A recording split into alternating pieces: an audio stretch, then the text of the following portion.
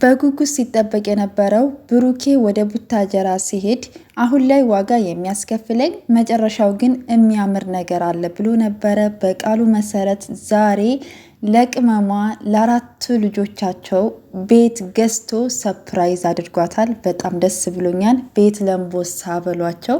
የፍቅር ቤት ያድርግላችሁ፣ የሰላም ቤት ያድርግላችሁ፣ የበረከት ቤት ያድርግላችሁ። ቅዱስ ሚካኤል መልአኩ ሚካኤል ፍቅር በፍቅር ያድርግላችሁ። ከዚህ በላይ ከፍ ብላችሁ አድጋችሁ እንያችሁ ነው ማለት የምፈልገውና ሁላችሁም ከክፉ ነገር ፈጣሪ ይጠብቃችሁ በሏቸው።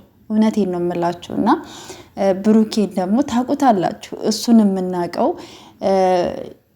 በተግባሩ ነው የምናውቀው። እውነቱን ስነግራችሁ ሀይሚዬም ብዙ ጊዜ ተናግራለች። እኔ እናንተ ፍቅርም ሆነ ምንም ነገር የሚገላለጹት እነሱ በተግባር ነው፣ ሰርተው ሆነው ነው የሚያሳዩትና በእርግጥ ያው አሁን ያሉበት ሁኔታ ትንሽ ከባድም ቢሆን እሱ ስራ ነው፣ ችግር የለውም፣ ምንም የሚፈጠር ነገር አይደለም። ግን አሁን ወደ ሰላሙ መታችሁ ደግሞ ፍቅራችሁን ማየት እንፈልጋለን። በጣም ናፍቃችሁናል። እውነትን ስነግራችሁ በጣም ናፍቀውኛል። 10 ጊዜ እየገባሁ ነበር ዩቱብ ሳይ የነበረው እስካሁን ስጠብቅ ቆይቼ ነው አሁን የተለቀቀውና በቃ ቀሩ ማለት ነው እነዚህ ልጆች ምናምን እያልኩኝ ማለት ነውና በጣም ደስ ብሎኛልና እግዚአብሔር ከዚህ በላይ ትልቅ ደረጃ ያደርሳችሁ። ፈጣሪ ከክፉ ሰዎች ከምቀኞች ፈጣሪ ይጠብቃችሁ ነው ማለት የምችለውና እድሜና ጤና ይስጣችሁ።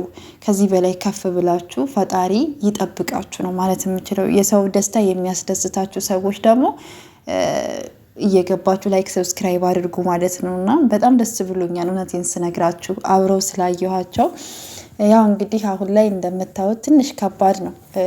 ግን ደግሞ ነገ ከነገ ወዲያ ደግሞ ታርቀው ይቅርታ ተጠያይቀው ደግሞ በሰላም በፍቅር ይመጣሉ ማለት ነውና ምን ልበላችሁ ብዙ ነገር አስለምደውናል። እውነቱን ስነግራችሁና ቅድምም እንግዲህ እየተቀላለዱ ነበረ። የቅመሟ ጨዋታም አይጠገብም። በቃ እንደዛ ካልሆነ እኔም ልውለድልህ እያለችው ነበርና ለልጇ ለእዩ ጉዳይ እንዳልመጣም ተናግሯን ከዚህ በፊትም እየተናገረ ነበረ። ያው በመጣውበት መንገድ እሷንም ለመናገር ነበረ ያገኘኋት ብሏል። እንግዲህ ሁሉም ሰው ብዙ እየፈረደ ብዙ ነገር እየተናገረ እዚህ ደረጃ ደርሰዋል። እውነቱን ስነግራችሁና አንዳንድ ጊዜ እስኪ ነገሮችን መጨረሻ አይተን ብንናገር መልካም ነው ብዬ አስባለሁኝና ሀይሚ ለብሩኬ ያላት ክብርና መውደድና ፍቅር እንዳለ ነው። ምንም አዲስ ነገር የለውም እና ግን በነገራችሁ ላይ ማለት ነው ሴት ልጅ ስትጨቃጨቅ ከዛ ከምትወደው ወይም ከምታፈቅረው ወይም ደግሞ ከባሏ የምትፈልገው ነገር ወይም ደግሞ እንዲያስተካክልላት የምትፈልገው ነገር አለ ማለት ነው።